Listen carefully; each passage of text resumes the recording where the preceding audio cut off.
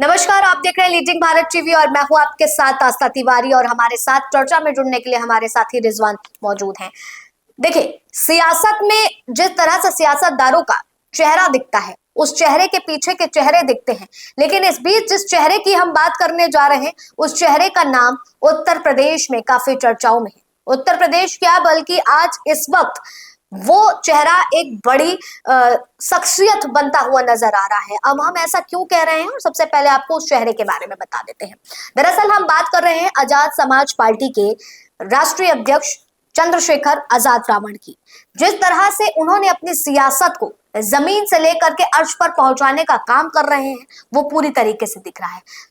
दलितों का सबसे बड़ा नेता खुद को बताने वाले आज इस वक्त बसपा पार्टी को पछाड़कर, यानी कि भारतीय जनता पार्टी समाजवादी पार्टी के टक्कर मुकाबले में उनको देखा जा रहा है। और हम ऐसा ये बात इसलिए कह रहे हैं क्योंकि उपचुनाव के बीते परिणामों ने इस बात को साबित कर दिया है। लेकिन इस बीच में लोकसभा में उनको जिस तरह से नगीना सीट मिलती है, वो सांसद बनते हैं और अब उसके बाद उपचुनाव में लगातार अछाड़ करते हुए दिखते हैं, कंपटीशन दिखता है। और इस बीच वो जब जमीनी मुद्दे को उठाते हैं, उन जमीनी मुद्दों को शायद जिसको लेकर के राजनेता भी पीछे हटते हुए दिख रहे हैं, तो इस पर बात करना जरूरी है। क्योंकि जब हम सियासतदारों की बात करते हैं तो उनके हर चेहरे की बात होती है कि संसद के भीतर कुछ और होता है, मीडिया के भीतर कुछ और होता है, और रात में शाम के खाने के वक्त कुछ और होता है। तो चलिए रिजवान, आपसे सीधे बात करते हो, जानते हैं कि जिस तरह से आजाद समाज पार्टी के राष्ट्रीय अध्यक्ष यानी कि चंद्रशेखर रावण आजाद रावण को देखा जा रहा है, और ये सियासत अगर वो इसी तरह करते रहे, अपना चेहरा इस तरह से जनता के बीच चमकाते रहे, तो आने वाले में उनका भविष्य क्या है? देखिए, भविष्य चंद्रशेखर आजाद ने जो भी उनका मुस्तकबिल है वो उन्होंने खुद तय किया। सबसे पहले बिल्कुल शुरुआत से शुरू करते हैं। देखिए, आस्था, चंद्रशेखर आजाद को राजनीति विरासत में नहीं मिली। वो आज जिस भी मुकाम पर हैं, अपने व्यक्तिगत अनुभवों से, अपने व्यक्तिगत संघर्ष से मुकाम पे हैं। चंद्रशेखर आजाद जिस तरह से लगातार अपनी पार्टी, नई नई पार्टी उन्होंने बनाई और पहली बार उन्होंने लोकसभा चुनाव पार्टी बनने के बाद लड़ा, उसके बाद पहली बार में ही सांसद बन जाना और ऐसी सीट से सांसद बनना जहां पर बहुजन समाज पार्टी का कैंडिडेट सांसद था, तो अपने आप में कहीं ना कहीं उन्होंने अपने पुरुषार्थ, अपने सामर्थ्य को दर्शाया है।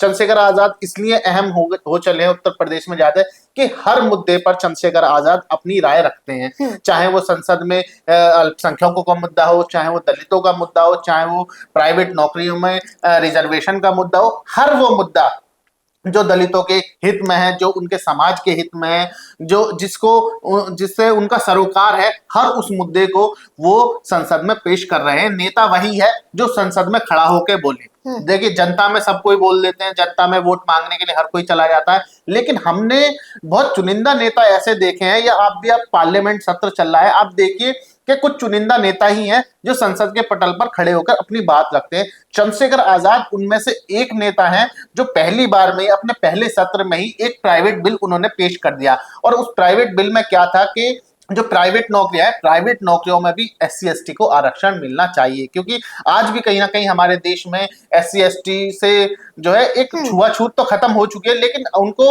अलग निगाहें, दोयम दर्जे का नागरिक आज भी समझा जाता। तो इसको लेकर चंद्रशेखर आजाद ने पहली बार में ही अपने पहले सत्र में ही एक जो प्राइवेट बिल पेश कर दिया, तो उन्होंने इस बात की एक झलक दे दी कि वो आगे भी इसी तरह के आक्रामक रुख रहेंगे।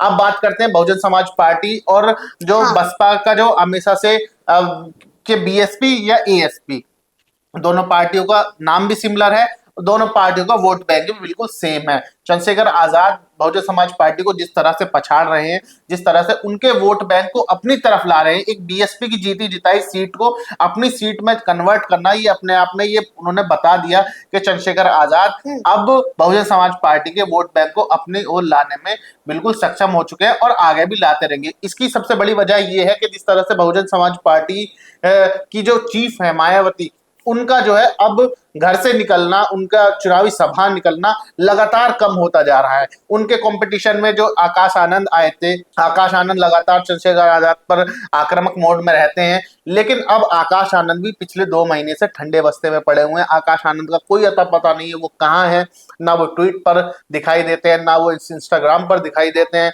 ना वो मतलब एक तरह से कहा जाए तो सोशल मीडिया से पूरी तरह से ना उन्होंने वो ये दूरी बना ली सोशल है। मीडिया से चलिए, सोशल मीडिया से दूरी बना ली, कम से कम जनसभा में उपचुनाव हुए अभी उत्तर प्रदेश में 9 की 9 सीटों पर, जिस तरह बसपा ने ये ताल ठोकी थी कि हम 9 की 9 सीट पर खड़े होंगे, और ना सिर्फ खड़े होंगे बल्कि जीत कर भी दिखाएंगे। तो ऐसा कुछ होता हुआ दिखाई नहीं दिया। बहन जी ने एक भी जनसभा जो है उत्तर प्रदेश में नहीं करी। और जब हार गई उसके बाद बहन जी ने ये बोला कि भाई हम अब उपचुनाव ही नहीं लड़ेंगे कोई। तो इस तरह की देखिए, जो बात अब चर्चाएं अगर चल हम रही हैं। इस चेहरे की बात कर रहे हैं, यानी कि चंद्रशेखर आजाद रावण के चेहरे की बात कर रहे हैं, तो क्या लगता है इनको वो जो सफलता जिस तरह से अब मिलती जा रही है, उस सफलता के पीछे क्या वो हमला है?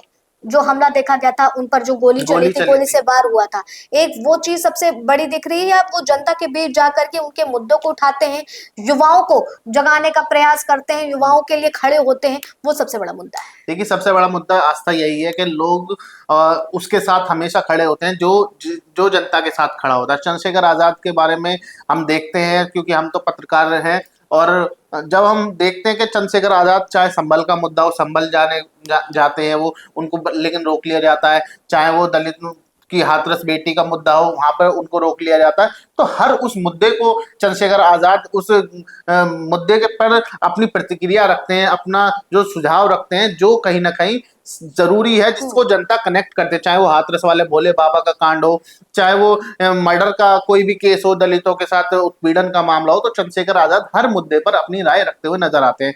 जो काम मायावती अब से कुछ साल पहले तक करती थी, जब उनकी सरकार थी उस वक्त, उससे पहले थी, मतलब जब वो एक एक्टिव मोड में थी, उस वक्त जो काम मायावती करती थी वही काम आज चंद्रशेखर आजाद कर रहे हैं। इसीलिए जो चंद्रशेखर आजाद की जनता है, हम्म।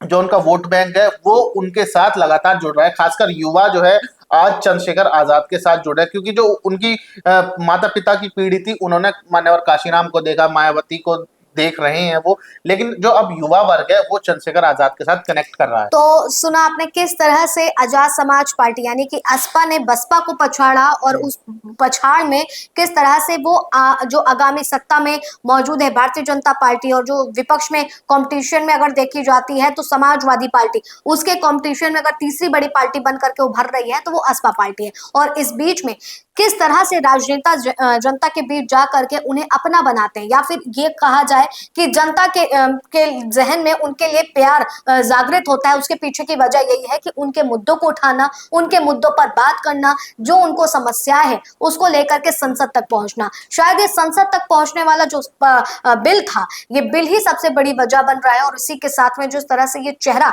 निखर करके उभर करके सामने आ रहा है, आपको क्या लगता है कि क्या वाकई आने वाले समय में ये एक भविष्य का यानी कि आगामी सत्ता की धाक पर काबिज होगा, या फिर और कुछ देखने को मिलेगा? तब तक के लिए बने रहे लीजिंग भारत टीवी पर, और ऐसी तमाम चीजों को लेकर के और ऐसे तमाम मुद्दों पर बात करने के लिए, चर्चा करने के लिए अगर आप चाहते हैं हम करें, तो हमारे चैनल को जरूर सब्सक्राइब करिए, और किन मुद्दों पर हमें और बात करनी चाहिए वो भी कमेंट सेक्शन में बताइए।